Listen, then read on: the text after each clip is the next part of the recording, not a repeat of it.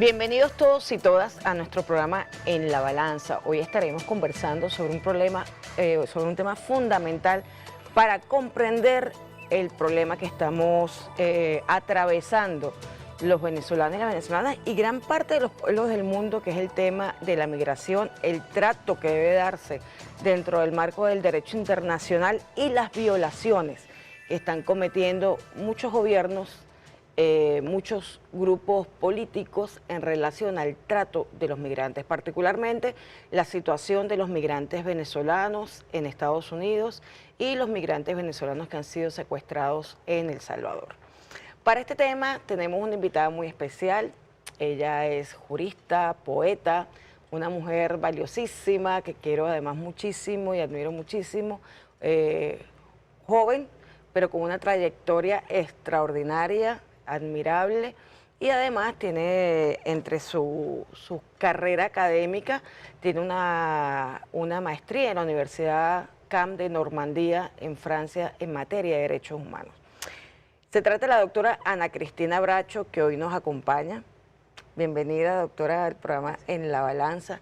Este tema tan importante es necesario tratarlo además de una forma muy pedagógica, muy didáctica, para que comprendamos los ejes de análisis de este problema que es necesario defender desde todos los sectores de Venezuela. Todos los venezolanos y venezolanas estamos comprometidos, debemos estar comprometidos en la defensa del derecho de nuestros migrantes. En principio vamos a ubicar el tema del derecho internacional, cómo está enmarcado el tema de la migración dentro del derecho internacional, cuál es la naturaleza de la migración, cómo la considera el derecho internacional. Bueno, en materia de derecho internacional, cuando hablamos de migración nos estamos refiriendo a un marco jurídico compuesto por varios instrumentos que nace desde la Declaración Universal de Derechos Humanos.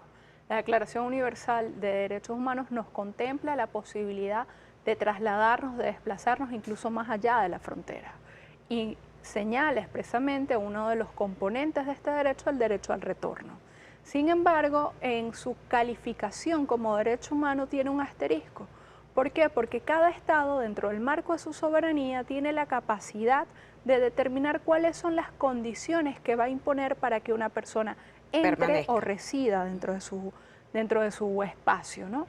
Sin embargo, al lado de esa posibilidad de los Estados, el derecho internacional, por la vía de tratados, por la vía de observaciones, por la vía de recomendaciones, ha establecido que hay un límite de la capacidad de los Estados de sancionar una migración que no cumpla los extremos que ellos exigen. Fundamentalmente, el derecho que tiene un Estado es imponer alguna forma de control migratorio y proceder a la deportación o expulsión de las personas que no cumplen estos términos. Esto también dentro de un marco en el que debe cerciorarse fundamentalmente que no hayan amenazas a los derechos humanos de esas personas que un Estado considera que va a deportar o que va a expulsar. Porque así como podemos decir, sí, como derecho humano tiene un asterisco porque el Estado decide cuáles son las condiciones para residir allí, lo que nunca tiene asterisco es que una persona, incluso migrante, es titular de todos los derechos humanos que tiene en virtud de su condición de humano.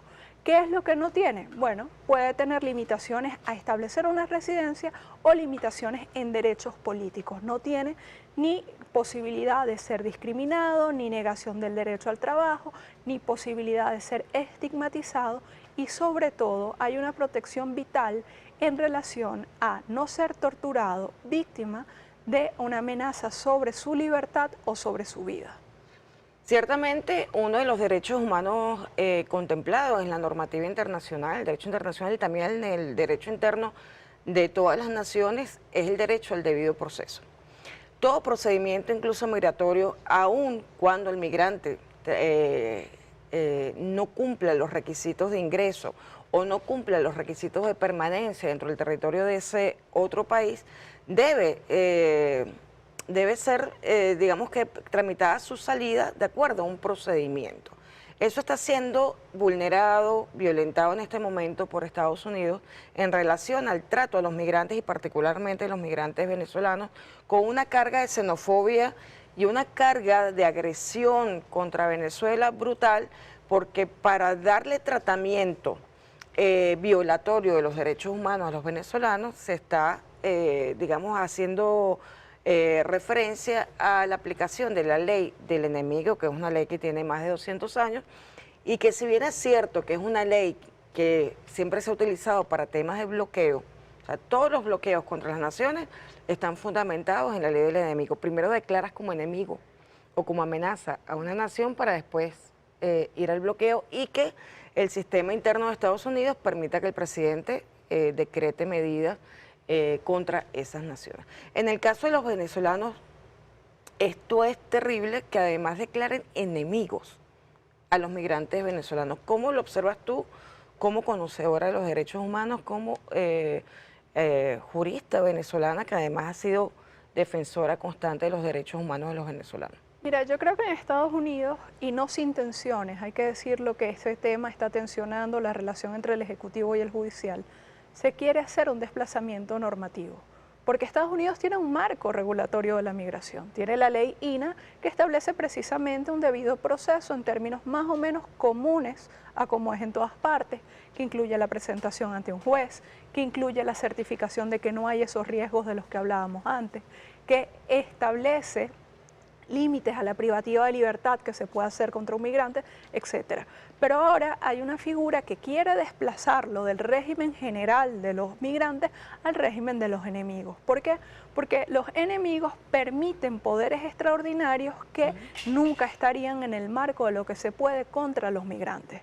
Yo creo que además allí hay que tener como cuidado con las palabras, porque estamos viendo también en apariencia una evolución, porque si hablamos de que desde el gobierno Obama Venezuela es una amenaza, condición que han compartido varios estados dependiendo de la visión que tenga Estados Unidos y sus intereses en un momento, ahora estamos entrando a la categoría del enemigo en el término de esta ley que solo ha sido aplicado a conflictos bélicos abiertos.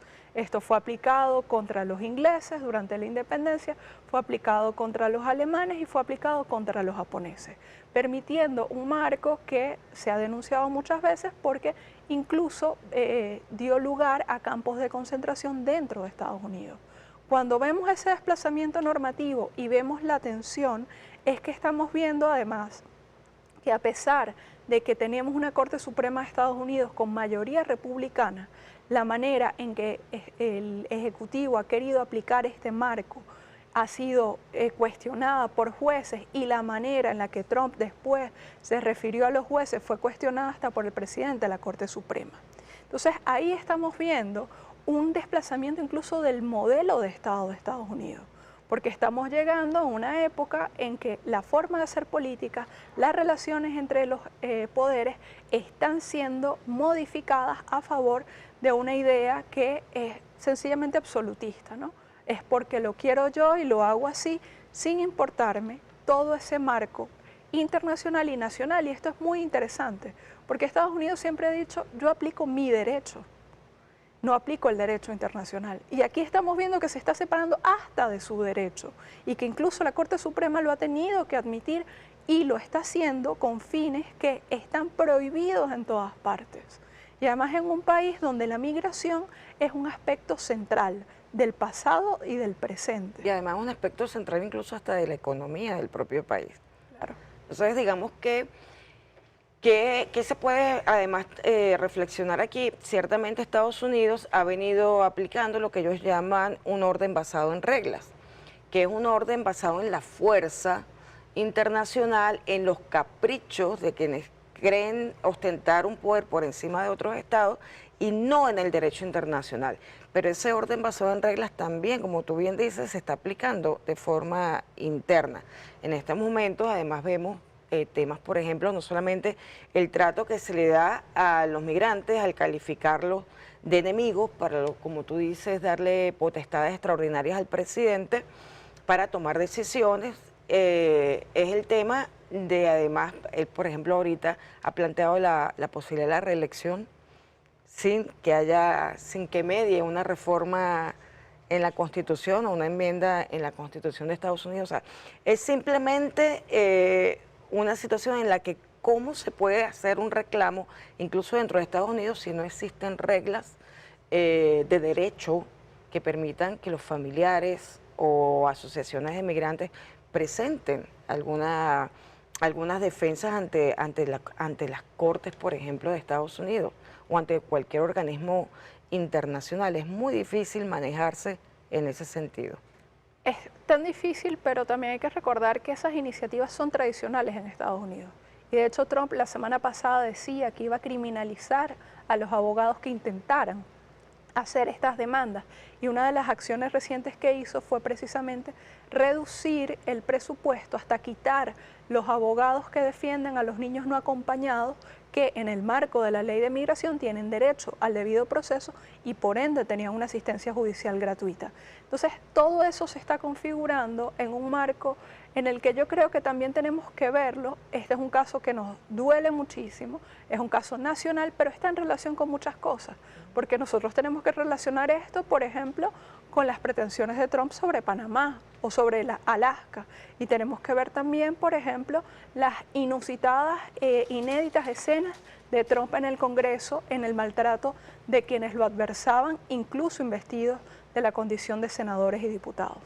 Así es, también nos hace pensar, digamos, que en la atrocidad que ha propuesto Trump en relación a la Franja de Gaza, por ejemplo, el extraer una población que habita en ese territorio, que ha sido víctima de un genocidio, quizás el más cruel de la historia, y sacarlos de allí a un tercer país, que es un poco lo que está haciendo también con los migrantes, extraerlos porque no sigue ningún procedimiento, es una extracción, es una persecución, una extracción dentro del territorio de Estados Unidos y los lleva a un tercer país sin ninguna condición de legitimidad, de legalidad dentro de Estados Unidos y legalidad dentro del país que recibe a estos migrantes que son extraídos, secuestrados y colocados en un tercer país y por supuesto al margen total del derecho internacional. Esa es una reflexión que hay que hacer, o sea, si se permite y no se levantan todas las voces a nivel internacional en contra de las violaciones, en contra de estos crímenes de lesa humanidad, porque estamos hablando ya de situaciones que tipifican como crímenes de lesa humanidad. Si no levantamos la voz, entonces es tan posible que ocurra la atrocidad que pretenden en Gaza convertir encima de la sangre de decenas de miles de niños un complejo turístico. O sea, el alcance de esto, ¿cuál sería, doctora Bracho? O sea, ¿cuál es el alcance para que entendamos la preocupación que tenemos quienes vivimos en este ambiente de defensa de los derechos humanos? O sea, el alcance es brutal, o sea, es no tener reglas para la defensa de la humanidad. Claro, y es un salto atrás incluso antes de lo que fue la Ilustración. Eso ya, por ejemplo, en algunos espacios he estado leyendo cómo ya hablan de que en realidad se transforma o estamos frente a un intento de regresar al absolutismo, porque queremos volver o quieren volver a un mundo en el que los derechos como concepto no existen. O sea, estamos en una situación que además es muy peligrosa porque si yendo lo que vemos en Venezuela, pero yendo un poquito más allá, estamos ante un ejercicio permanente de criminalización colectiva. Una criminalización colectiva que además se basa en los supuestos que el derecho contra la discriminación prohíbe, porque es origen étnico, nacional, apariencia y además una expresión del libre desarrollo de la personalidad, como es tener tatuajes o tener perforaciones, que forma parte de lo reconocido también en la Declaración Universal de Derechos Humanos. Es muy grave porque nosotros hemos visto estos procesos creciendo. Nosotros veíamos cómo desde el 2015 Estados Unidos venía a ese momento que se llamó la reconfiguración de las sanciones, que rompía la igualdad de los estados, que permitía ir sin juicio a determinar personas fuera de la jurisdicción y ciertamente se justificaba en alguna capacidad selectiva porque eran personas públicas, porque tocaban intereses. Ahora ese discurso, 10 años después, no es necesario. Es simplemente el decir que el origen nacional o su condición me molesta lo que está justificando todo. Cuando seguimos viendo, hay quienes hablan, realmente esto es incluso romper con lo mínimo que dejó la Revolución Francesa, ese nivel, y hay quienes hablan también que no podemos perder de vista que es una reedición agravada del Plan Cóndor, porque estamos viendo poblaciones sin orden judicial que son desplazadas de un país al otro para hacer, ni siquiera, yo creo que ahí nosotros tenemos que hacer un esfuerzo para encontrar cuál es la palabra, porque esas personas no están detenidas. Esas personas, como ha dicho el gobierno venezolano, están secuestradas, pero también están tratadas. Sí, trata de personas. Una situación en la que estamos viendo tiempos nuevos con categorías de crueldad nuevas, porque además un elemento que también está allí es que son tiempos de caos y de crueldad, ambas combinadas, porque esa situación, por ejemplo, de declarar que sobre Gaza se va a buscar que las personas salgan de manera voluntaria después que el 80% del territorio está totalmente afectado y que han masacrado 50.000 personas, no es precisamente una decisión voluntaria. Y tampoco podemos ver que esta situación se vaya a detener sobre Venezuela, porque también parece haber un elemento de prueba de hasta dónde es posible ser elásticos con estas decisiones y cómo simplemente esto se va a extender hacia todas las categorías de migrantes pobres. Y es muy interesante en esto cuando nosotros vemos una enviada del presidente de Estados Unidos en El Salvador, en la cárcel, que se refiere específicamente que todos los migrantes ilegales van a ser casados con Z para ser enviados a cárceles como las que está facilitando El Salvador. Y esto es además en un marco que la condición central de los derechos es la humanidad. Y la condición que quiere desplazar la humanidad, que nos habla de la dignidad, del derecho a ser iguales, a ser respetados, a no ser desamparados, es una primacía de un dinero que solamente tienen algunas personas, porque también se está rompiendo la idea de la democracia para favorecer un gobierno y un mundo de unos pocos magnates que ahora abiertamente están tomando decisiones y están detrás de esta situación. Sí. Doctora Bracho, nos vamos a ir un momento a una pausa y seguimos en La Balanza analizando este tema de trascendencia nacional e internacional.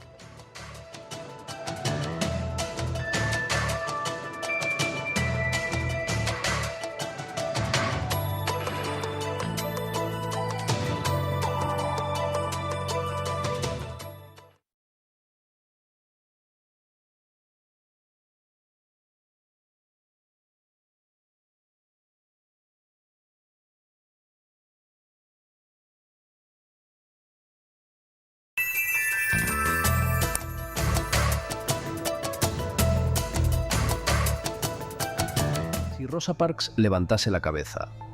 La ultraderecha de Vox han decidido revivir el espíritu más oscuro de la segregación, planteando que los menores migrantes no acompañados, a los que deshumanizan llamándolos menas, no puedan sentarse en las paradas de autobús de Hortaleza.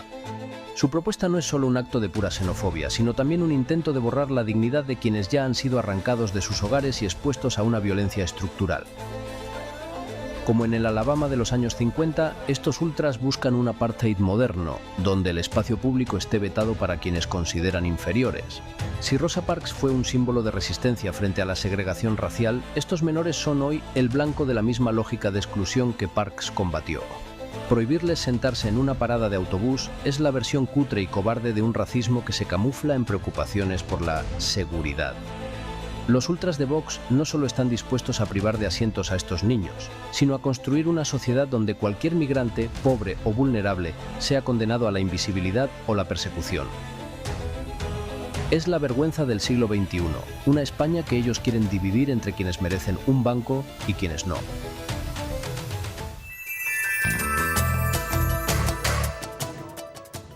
Continuamos en La Balanza con nuestra invitada especial de hoy, la doctora Ana Cristina Bracho, abogada, poeta, que nos acompaña analizando este tema tan importante, digo, de trascendencia nacional e internacional, porque el problema de la migración y el trato que la derecha internacional, el fascismo internacional, le está dando a los migrantes preocupa a la humanidad entera. Veíamos, doctora, un video, hay muchos videos en las redes ahorita respecto al trato que se le está queriendo dar a los migrantes en España. El caso de España, por poner un ejemplo de cómo se está estructurando este nuevo fascismo, este nuevo neonazismo, en función de crear situaciones de persecución a quienes son diferentes. O sea, son migrantes pobres, son migrantes negros, son migrantes musulmanes. A los latinoamericanos también los persiguen en menor medida, pero llegarán también a los migrantes latinoamericanos. Entonces, ¿qué hacer en un mundo donde no se entiende cuáles son los derechos de los migrantes, no se entiende ni se trabajan las causas de la migración? Porque ciertamente la mayoría, en el caso de los migrantes que llegan a Europa, son migrantes también económicos, que huyen de la expoliación de sus países, expoliación cuya responsabilidad es de Europa, principalmente. En el caso de los venezolanos también se trató de una migración económica producto del bloqueo y la guerra al que nos han tenido sometidos durante estas últimas, desde 2015 particularmente. Entonces, ¿cómo reflexionar para que todos los que nos escuchen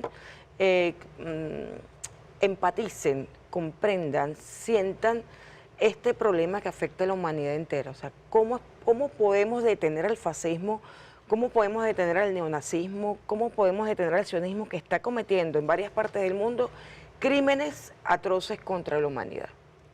Yo creo que ese es un tema bien interesante, porque lo primero es que nosotros tenemos que ubicarnos en cuáles son los números de la migración actualmente. Porque, por ejemplo, en Venezuela, que se ha hablado tanto de esto en los últimos años, siempre se ha descontextualizado. Se ha dicho, los venezolanos han migrado más, pero se omite que estamos ya hace más de 10 años ante un número de migrantes mayores que los que se habían visto desde la Segunda Guerra Mundial. ¿Por qué? Porque la migración es una consecuencia de la distribución injusta del planeta, que además en los últimos años ha tenido nuevos componentes. Por ejemplo, la situación climática que está haciendo más pobres los países pobres, la situación colonial que ha vuelto a abrirse. Tenemos además que en estos años, sobre todo desde el 2022, tenemos más conflictos armados abiertos que en el pasado. Todos esos son detonantes de una conducta natural humana como es migrar, porque la migración es un movimiento que nace de la búsqueda de mejores condiciones o de protecciones especiales cuando estamos hablando de asilo o refugio.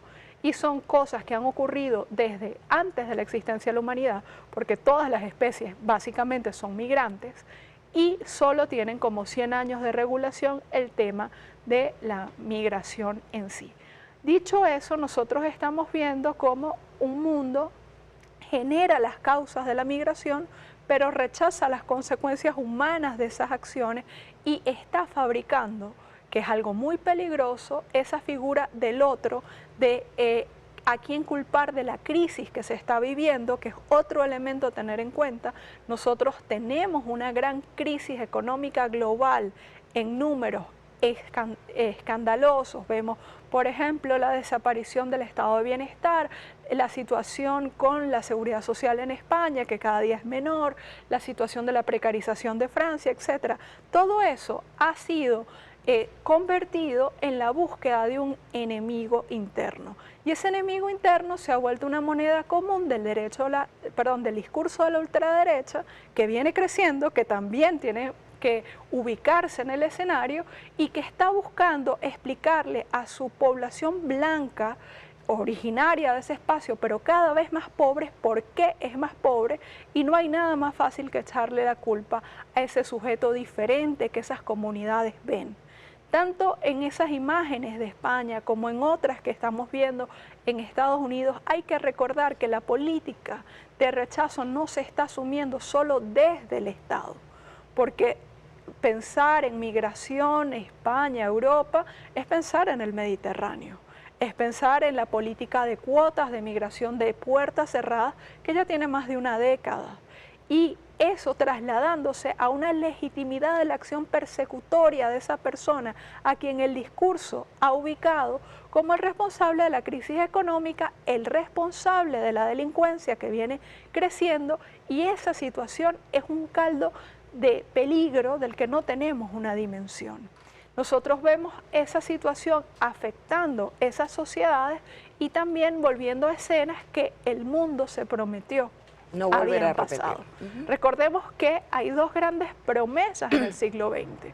La primera es la promesa de la garantía de los derechos humanos y la segunda es la promesa de no volver a regímenes compatibles con el apartheid.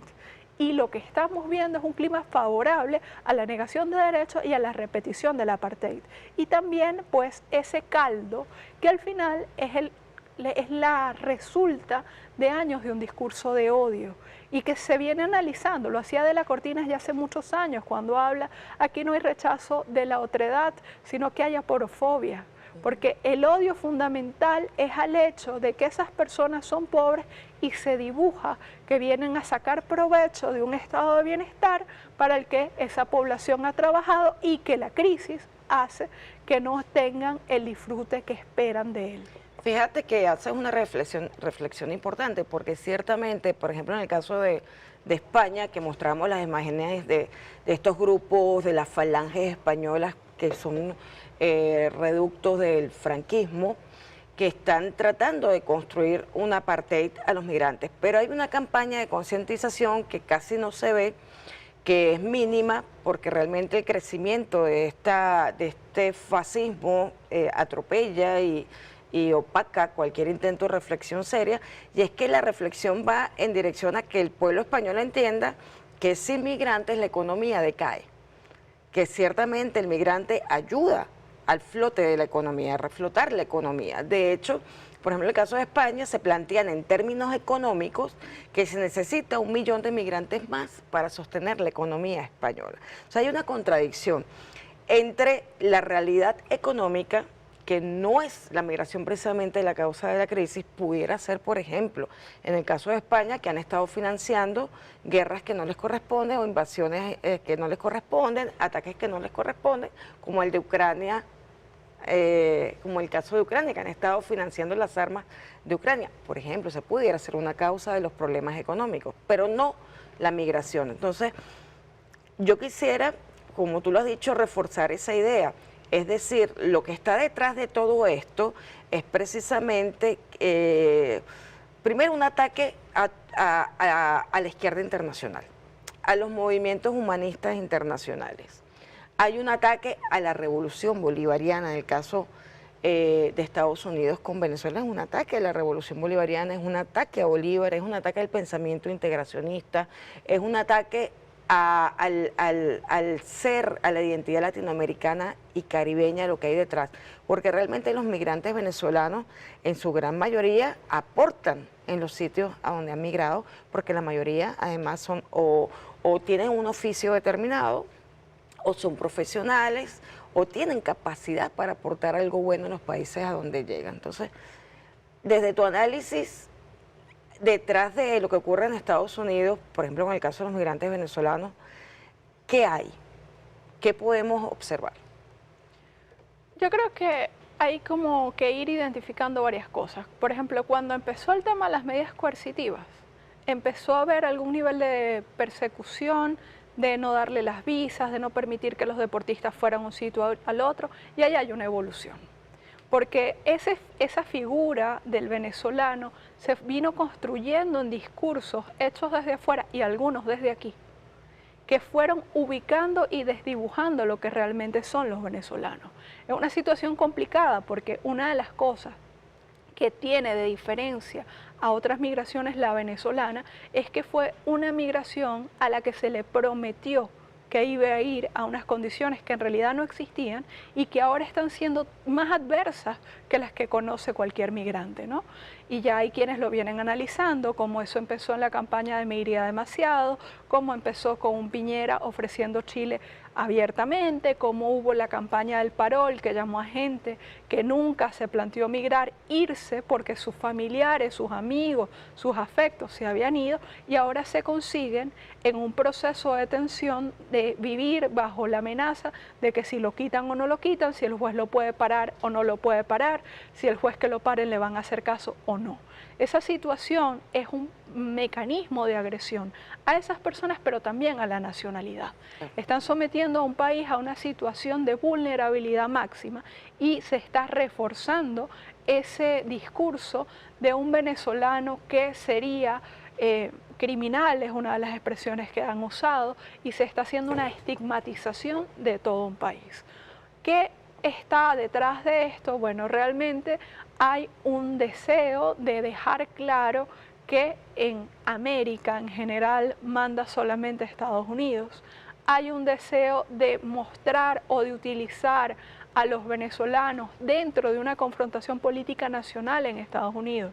Porque, por ejemplo, hay que ver el discurso del gobierno actual de Estados Unidos en el que todo es culpa de Biden y de los demócratas que utilizaron y apoyaron a los venezolanos en tramas de corrupción, etcétera, más allá de los intereses de Estados Unidos, y así se están usando a estas personas dentro de una campaña que excede su propia humanidad, que realmente es muy grave porque en los términos, como ya decíamos, abiertamente el gobierno de Estados Unidos está hablando de cazar a los migrantes y se están haciendo un estímulo de acciones que cuando comienzan no se saben cómo detenerlas. Entonces todo esto está en ese escenario.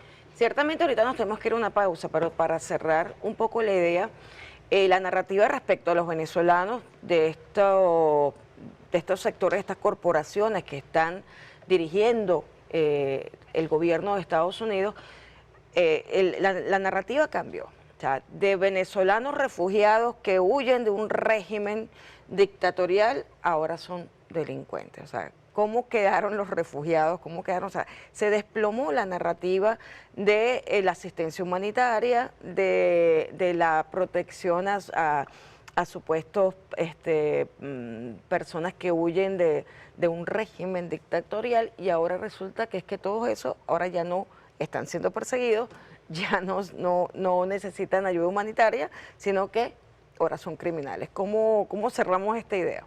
Mira, yo creo que esa es una situación extremadamente grave porque además de que habla de esa distopía y de ese discurso que se maneja y se cambia de un día al otro, que nos habla de una amnesia colectiva, ¿no? También estamos hablando de que son personas y esas personas están siendo afectadas profundamente porque psicológicamente vivir eso no va en vano. Ciertamente la idea de esta última reflexión, este cierre, es para que quienes no han percibido cómo manipulan el discurso dentro de la guerra contra la revolución bolivariana, contra el Estado venezolano, pueden darse cuenta en este elemento que ciertamente ha habido un discurso con intereses de estos grupos de extrema derecha de afectar nuestra identidad, nuestra estabilidad, nuestra psicología, nuestra unión familiar, y que ahora pues lo demuestran con este cambio repentino, ahora somos todos criminales. Nos vamos a una pausa, un momento, y seguimos con La Balanza, entrevistando a la doctora Ana Cristina Bracho.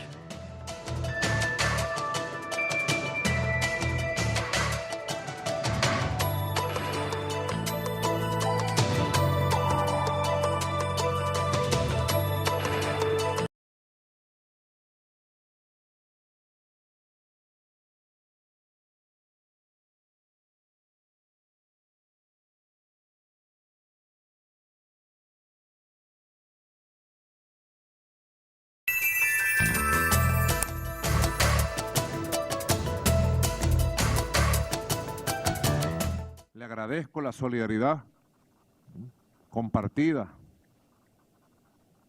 de múltiples voces en América Latina y el Caribe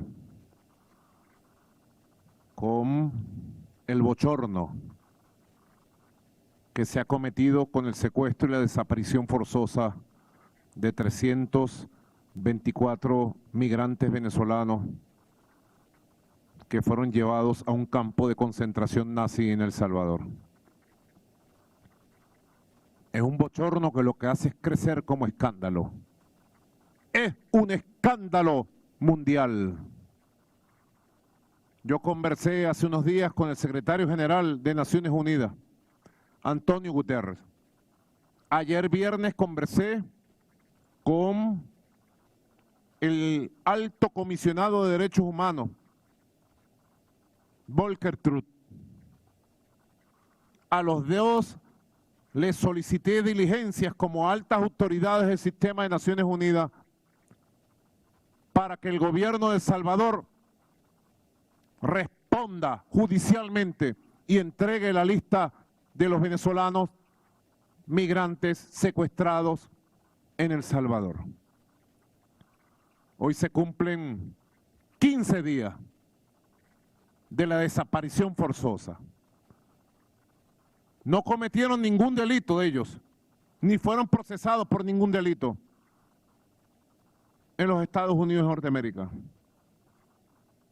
A la inmensa mayoría de los que se sabe que están secuestrados, aunque oficialmente ninguna autoridad ni de Estados Unidos ni de El Salvador haya cursado una comunicación oficial reconociendo a quién secuestraron, a quién trasladaron, quiénes están presos y secuestrados en El Salvador.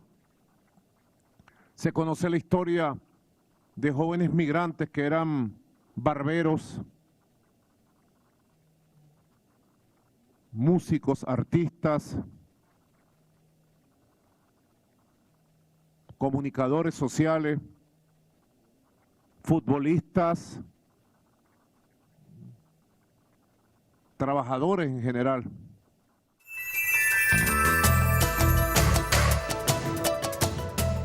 Seguimos en La Balanza conversando con la doctora Ana Cristina Bracho, quien además nos acompaña hoy de Elena. Felicito a la doctora Bracho porque está, digamos que en el momento más hermoso de cualquier mujer, que es estar embarazada. Así que para mí es un honor tenerte, además, con esa espiritualidad tan especial que da un embarazo. Continuando el tema, doctora Bracho, la situación que ha ocurrido con el secuestro de los venezolanos y el traslado, que es una desaparición, como bien lo dice el presidente, a centros del Salvador, centros de reclusión que no comparten, digamos, las mínimas condiciones para la garantía de los derechos humanos de acuerdo al derecho internacional. Hay abusos en el servicio penitenciario en El Salvador, ha sido denunciado que hay muchísimas personas detenidas dentro de esas cárceles de máxima seguridad que no han tenido un proceso judicial. Ya no estamos hablando de los venezolanos, estamos hablando de los salvadoreños. Muchos hombres y mujeres cuyas familias han denunciado que por el hecho solamente de estar tatuado o de pertenecer a un movimiento político han sido detenidos y desaparecidos dentro de los centros penitenciarios. Ahora esto lo están aplicando además con los venezolanos. Desde un principio, cuando en particular vimos esto, aquí en este programa, yo lo había comentado y en otros programas, es el tema de que hay que ver esto que está haciendo el gobierno de El Salvador y Estados Unidos como un delito internacional de trata de personas. Y eso hay que manejarlo también de esa manera. O sea, no se trata solamente de la violación de derechos humanos porque no tienen un proceso judicial previo, porque además de no tener un proceso judicial, de haberlo tenido, tendrían que haberlo extraditado a Venezuela. En todo caso, digamos que si aquí hubiese algún delito previo de ellos, buscar la extradición o cualquier mecanismo de cumplimiento de una condena dentro de Estados Unidos y no de un tercer país. Ese punto quiero que lo analice. El tema de haber convertido en mercancía a los secuestrados venezolanos es una de las, digamos, de los elementos que configuran el delito de trata de personas. Por eso es que quisiéramos explicar contigo aquí precisamente por qué hay delitos de lesa humanidad, por qué se están configurando delitos de lesa humanidad, por qué el derecho internacional no permite que se traslade, en dado caso de que hubiesen cometido un delito, que se trasladen a un tercer país, a centros donde no tienen garantías ni judiciales, ni acercamiento a la familia, ni defensa. O sea, hay una violación sostenida, múltiple, de los derechos humanos y eso configura delitos de lesa humanidad. Sí, yo creo que ese es un tema muy interesante en el que hay que hablar con mucha claridad. El primer punto es que todo humano en cualquier circunstancia tiene dignidad y la dignidad lleva a que incluso si una persona comete un delito, lo que ocurre allí, lo que debe ocurrir es que es juzgado ante una autoridad, ante un juez natural que está en la capacidad de imponer una pena. Yo no puedo tomar unas personas que no han sido juzgadas, determinar por su apariencia o por lo que a mí se me antoje su carácter criminal y depositarlas en un espacio que además incumple los estándares internacionales para la reclusión, sin fecha para ser presentados, sin fecha para salir, sin comunicación, sin que se conozca cuál es su identidad completa y cuál es la causa individual por la que esas personas están allí. Y esto es importante porque, por ejemplo, si se da el caso de un venezolano condenado en un país X, esa persona tiene incluso derecho a solicitar ser extraditada y tiene derecho a solicitar que la Embajada de Venezuela lo acompañe y lo defienda en ese proceso. Y todo esto, que es lo mínimo, lo elemental, que acompaña a quien sea que haya hecho lo que haya hecho, no se ha reconocido. Y lo que se sabe, por el contrario, es que muchas personas fueron llevadas bajo engaño, porque fueron detenidas en un control migratorio, fueron llamadas a una oficina migratoria y fueron detenidas sin más, incluso sin que se les precisara a dónde iban. Se sabe por lo que se ha dicho que son personas que nunca habían estado en El Salvador. Es decir, que el vínculo de la territorialidad que se da en derecho penal, que hace que la responsabilidad es en el país donde se comete el delito, en el país donde la persona es nacional o en el país de donde es la víctima, no existe. Y tenemos además una presentación que rompe los estándares de la presunción de inocencia, que abiertamente admite que está dentro de supuestos de tratos inhumanos y degradantes prohibidos en el cuerpo duro de los derechos humanos, en la convención que prohíbe la tortura, el tratado contra la tortura, y que además esto ha sido señalado desde el 2022 en este estado de excepción contra el terrorismo en El Salvador. La situación es terriblemente grave, genera algún nivel de indignación, yo creo que requiere aún mayor nivel de indignación, requiere acciones. Venezuela, ahí vemos varios puntos. Venezuela ha contratado abogados para que presenten un habeas corpus en El Salvador, ha solicitado la intervención de Naciones Unidas, ha hecho reclamos diplomáticos a Estados Unidos y a El Salvador, y también está llamando a las familias a organizarse y al pueblo venezolano a entrar en solidaridad con estas personas. Porque también es importante que nosotros veamos que de esos primeros casi 300, en las últimas horas se supo que hay 17 más. De nuevo, la historia se repite, personas que en apariencia nunca fueron presentadas en Estados Unidos ante ningún tribunal, están siendo llevadas a estas condiciones. ¿Cuáles son las condiciones que violan los derechos humanos?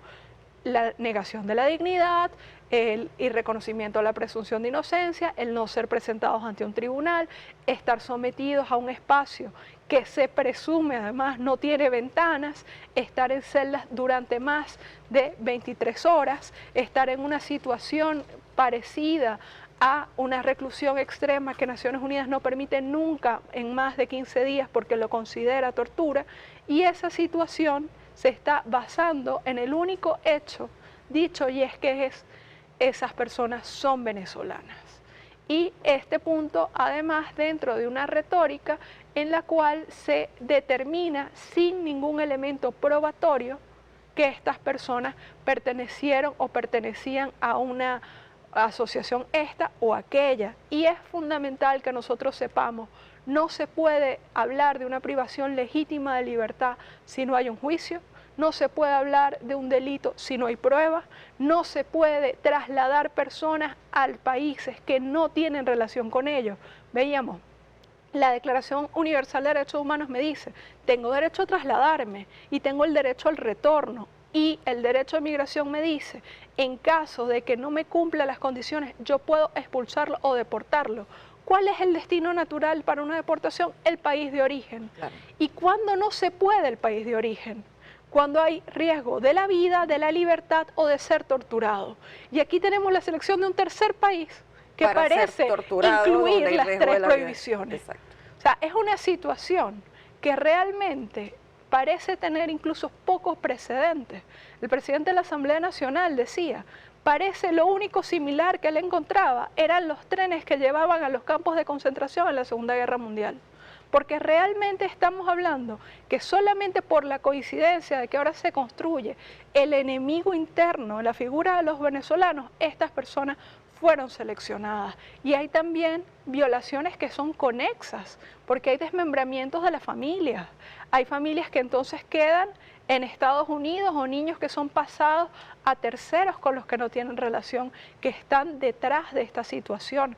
Y en las últimas horas incluso se hablaba de personas visiblemente enfermas que no recibieron asistencia sanitaria y fueron enjauladas, porque esa es la expresión más correcta de lo que pasa allí. Ciertamente, uno de los temas de los que hablaba el presidente Nicolás Maduro en estas denuncias que hace y pues con todo el énfasis que le ponía el presidente, es que hay desaparición forzada porque además de configurarse en un secuestro, hay también desaparición porque no hay listas. O sea, hay venezolanos, se supone que son venezolanos, pero no sabemos quiénes son, porque ni Estados Unidos ha dado listas creíbles, fidedignas, que relacione efectivamente quiénes son las personas que fueron expulsadas, ni El Salvador ha dado listas de cuáles son los venezolanos que se encuentran allí. Entonces, digamos que la preocupación tiene un alcance mayor, porque es que muchas familias dicen que su familiar está allí porque lo vieron en las imágenes. En una campaña, doctora, que además es preocupante, porque es una campaña digamos, con nuevas tecnologías que incluye inteligencia artificial, donde se trata de normalizar y ver como un acto erótico de película que estos grupos criminalizados por Estados Unidos y por El Salvador lleguen a El Salvador en un gran avión, con grandes luces, un despliegue. O sea, hay una campaña mediática con este tema para normalizar esta violación del derecho internacional, estos crímenes de lesa humanidad que se están cometiendo. O sea, muchas personas pudieran ver esto hasta de forma con admiración, porque uno lee en las redes sociales y hay quien pone cierta admiración a estos hechos porque han sido engañados y porque se lo presentan como si fuera algo heroico lo que está ocurriendo, cuando realmente es una violación atroz de los derechos humanos de los venezolanos y de otros migrantes que se encuentran en ese centro, como tú bien dijiste, que no hay condiciones para tener a una persona detenida. Sí, yo creo que ahí también hay que tomar en cuenta dos cosas. La primera es que la campaña de decir que ese centro penitenciario estaba bien es anterior a la situación de los venezolanos. Ya nosotros vemos 2 o 3 años en los que ese centro en específico se ha puesto como si no fuera un sitio donde hay personas reales, sino que fuera una escena de una película y donde estaría bien la negación de todos los derechos humanos de las personas. Luego, a mí esta situación me recuerda algo que un autor, que es Memí, decía sobre la colonización, porque decía que los colonizados se identifican primero con quien los colonizó que con sus iguales, porque hay una ruptura del vínculo de tu pertenencia, de tu identidad. ¿Por qué lo digo? Porque uno de los elementos en la campaña hace pensar a los venezolanos o busca que los venezolanos, los latinoamericanos, piensen que eso no les puede pasar a ellos, que eso les pasó a aquellos porque tienen tatuajes, intentando romper la comunidad nacional que no solamente es sagrada, sino que tiene que ir al auxilio de estas personas, porque además la condición, lo que se ha hecho, puede tocar absolutamente a cualquiera, porque la selección pareciera ser aleatoria, porque simplemente la fuerza de la repetición, porque otro elemento que antes se nos pasaba, sobre todo desde la situación en Ucrania y Rusia, estamos en tiempos de control sobre los medios que no existían antes. Entonces nosotros vemos que todo lo que no tiene ese discurso dominante salió de los escenarios. Y veíamos, por ejemplo, en Estados Unidos, cómo estudiantes que escriben en un blog una pregunta sobre algo que ha pasado en Palestina son objetos de deportación, son objetos de prisión, etc. Entonces, esos elementos en los que la otra versión no se puede decir, donde se intenta romper que yo no me identifico con él porque yo puedo decir, bueno, es que yo tatuajes no tengo. y yo no me parezco a ellos. Pero esa idea busca hacer que no se vea el verdadero problema, y el verdadero problema es que una violación de ese nivel de los derechos humanos nos toca a todos, porque la humanidad es una sola y porque el riesgo es universal. Ciertamente, ya estamos finalizando, estamos en el último minuto, pero la preocupación es esta. Todos en nuestras casas, en nuestros colegios, en nuestros espacios de trabajo, a través de los medios, hay que hacer un trabajo importante de reflexión sobre lo que está ocurriendo. ¿Por qué? Sobre todo con nuestros niños y nuestros adolescentes y nuestros jóvenes en general. Porque las redes sociales están dirigidas por los magnates que están acompañando a Donald Trump en estas acciones criminales. Y también están acompañando a Bukele en estas acciones criminales. O sea, no es casualidad la relación cercana de Elon Musk con el propio Bukele, las conversaciones que han tenido previas a toda esta situación, las conversaciones que Bukele tuvo con Prince, que es uno de los, digamos, de los que dirige grupos de mercenariato, tampoco es casual. Entonces, hay que hablar mucho con nuestros hijos. En los colegios debería haber un programa, deberíamos, y es una invitación que hago, o sea, deberíamos sumarnos todos a trabajar el tema y reflexionar en todos los colegios, públicos, privados, en todos los espacios, porque es importante, digamos que evitar que nuestros hijos normalicen lo que está ocurriendo y no entiendan qué hay detrás de toda esta campaña en redes sociales para normalizar la crueldad, los tratos inhumanos, la criminalización de la migración. O sea, hay una campaña que trabaja en la mente de nuestros hijos, nuestros jóvenes, y tenemos que atajarla a tiempo, hay que atajarla ya. Nos despedimos. Chao. No, sí, oyendo lo que estabas planteando, fíjate cómo esas mismas redes crearon la campaña del mira demasiado, al Darién, y ahora miran para otro lado. Creo que eso hay que también aprender a mirarlo. Así es, una reflexión muy importante, trabajemos todos en concientizar este tema, involucrémonos todos, nos despedimos, gracias a todos por acompañarnos, gracias a la doctora Ana Cristina Bracho y a Elena que nos acompaña en este programa, nos vemos el próximo martes.